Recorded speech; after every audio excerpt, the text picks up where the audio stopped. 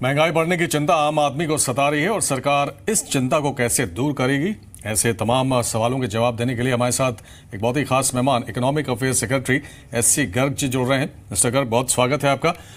पहला सवाल तो यही है कि आरबीआई ने रेपो रेट में बढ़ोतरी की है, लेकिन लगातार 2 बार मॉनेटरी पॉलिसी की दरों में बढ़ोतरी की गई है। आपको क्या लगता है, क्या मौजूदा परिस्थितियों में ये जरूरी था, या आपको लगता है कि स्टेटस को की स्थिति बनाकर रखनी चाहिए थी? देखिए, मेरा काम ये नहीं है कि मैं आरबीआई की पॉलिसी पर कमेंट करूं। आरबीआई का मैंडेट है, एमपीसी को ये जिम्मेवारी दी गई है कि वो इन्फ्लेशन का मैनेजमेंट करें। सरकार ने तय किया हुआ है कि इन्फ्लेशन का आंकड़ा 4% रहना चाहिए, ज़्यादा से ज़्यादा 2% इधर उधर। एंड इन्फ्लेशन मैनेजमेंट की जिम्मेवारी रिज़र्व बैंक की दी हुई है। रिज़र्व बैंक में मॉनेटरी पॉलिसी कमेटी का ये काम है। सो मॉनेटरी पॉलिसी कमेटी ने अपने असेसमेंट के हिसाब से ये ज़रूरी समझा दोनों बार के 25 बेसिस पॉइंट से रेपो रेट को बढ़ा दिया जाए।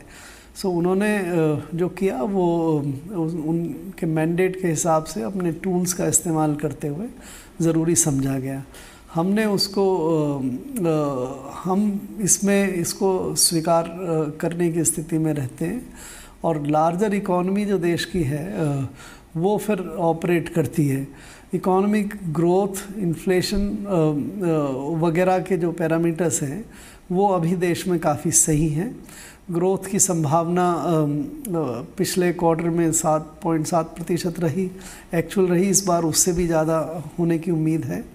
और मेरी धारणा ये है कि इन्फ्लेशन पे कुछ पॉजिटिव असर रहते हुए ग्रोथ इस बढ़ोतरी से अफेक्ट नहीं होनी चाहिए। सर, एक चीज़ और है, महंगाई को आरबीआई ने एक बड़ी वजह माना है और ये भी कहा है कि एमएसपी में बढ़ोतरी से महंगाई और बढ़ सकती है। आप इसे कितनी बड़ी चुनौती मानते हैं? देखो, जैसा मैंने पहले कहा आपसे, महंगाई को नियंत्रित करने का मैंडेट सरकार ने रिज़र्व बैंक को दिया है, एमपीसी को दिया है। सरकार ने नोटिफिकेशन जारी किए 2016 में कि इन्फ्लेशन देश में नियंत्रित रहना चाहिए, 4% का इन्फ्लेशन होना चाहिए और ज़्यादा से ज़्यादा 2% इधर उधर। उसके लिए रिज़र्व बैंक ने ये कदम उठाए। रिज़र्व बैंक ने ये भी कहा कि कुछ ऐसे फैक्टर्स हैं जिसके कारण से उनको इन्फ्लेशन एक्सपेक्टेशंस के बारे में ये अंदेशा है कि ये बढ़ सकती है इन्फ्लेशन। उसमें उन्होंने कहा कि उन्होंने इन्फ्लेशन एक्सपेक्टेशंस का सर्वे किया, उसमें कुछ राइजिंग आई। उन्होंने ये भी कहा कि शायद एमएसपी की प्राइसेस का इफ़ेक्ट किस तरह से होगा वो भी वो देखना पसंद करेंगे। ये कारणों से रिज़र्व बैंक ने ये एक पर्टिकुलर व्यू, या एमपीसी ने एक पर्टिकुलर व्यू लिया। हमारा अपना मानना ये है कि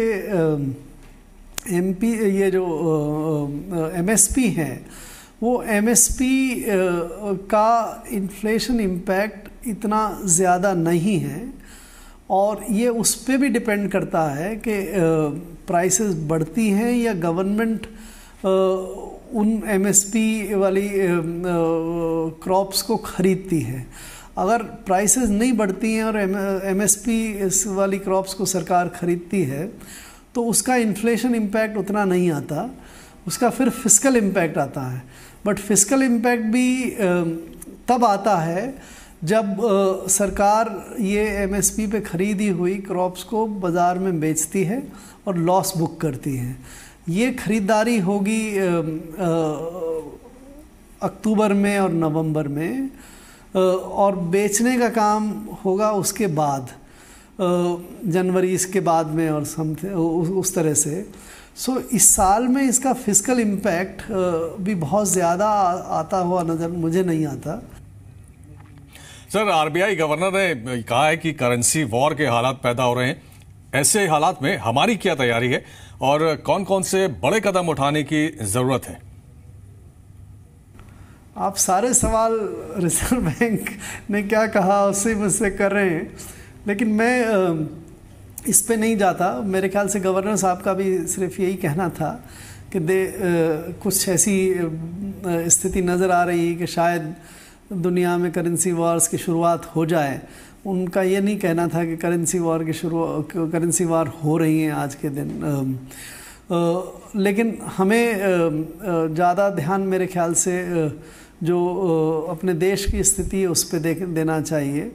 अगर उसको मैं देखता हूँ तो मुझे जो प्रतीत होता है कि करेंसी पे अगर डेप्रिसिएशन की ज़्यादा संभावना हो तो फॉरेन पोर्टफोलियो इन्वेस्टर्स जो हैं वो देश से पैसा बाहर लेके जाते हैं, और अगर करेंसी में स्टेबिलिटी की संभावना हो और यील्ड्स में स्टेबिलिटी की संभावना हो तो हमारे यहाँ एफपीआई पैसे भी वापस आने शुरू हो जाते हैं।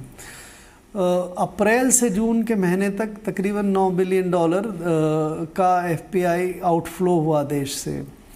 जुलाई का पहला महीना है पिछले 5 महीने में जब आउटफ्लो नहीं हुआ, हालांकि बहुत माइनर है लेकिन एक पॉजिटिव फ्लो हुआ है।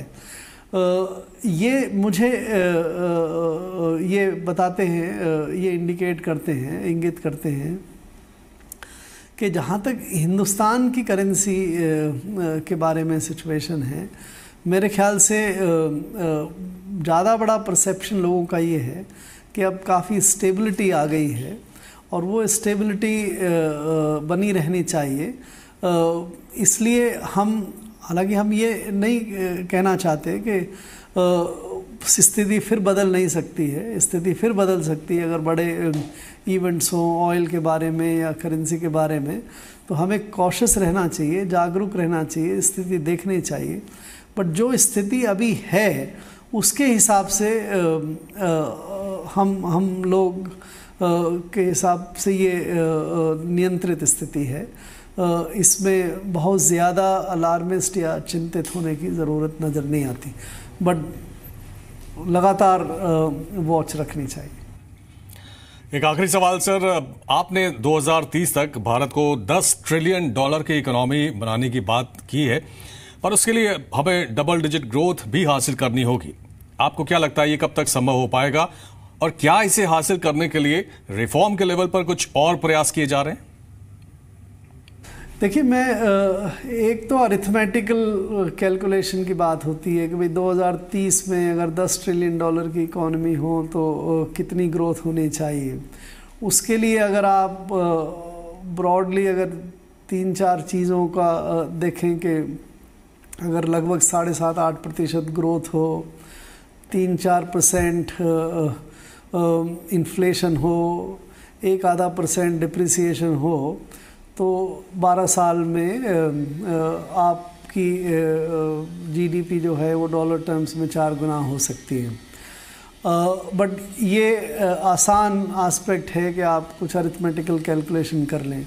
जो आपने कहा कि $10 ट्रिलियन की इकॉनमी को बनाना के लिए बहुत मेहनत करनी होगी, काफ़ी रिफॉर्म्स भी करने होंगे, और जो मोमेंटम देश में बनाया है कि अच्छी ग्रोथ अचीव करने का, जैसे हमने पिछले 4 साल में भी तकरीबन 7.5-7.25% ग्रोथ अचीव की है, ये मोमेंटम बनाए रखने और देश की इकॉनमी में इन्वेस्टमेंट हो, देश की इकॉनमी में इंफ्रास्ट्रक्चर डेवलपमेंट हो, आपकी स्टार्टअप्स, नए टेक्नोलॉजीज़, डिजिटल इकॉनमी, बहुत सारी चीज़ें करनी होंगी, और जिसके बाद देश में ये स्थिति आ सकती है।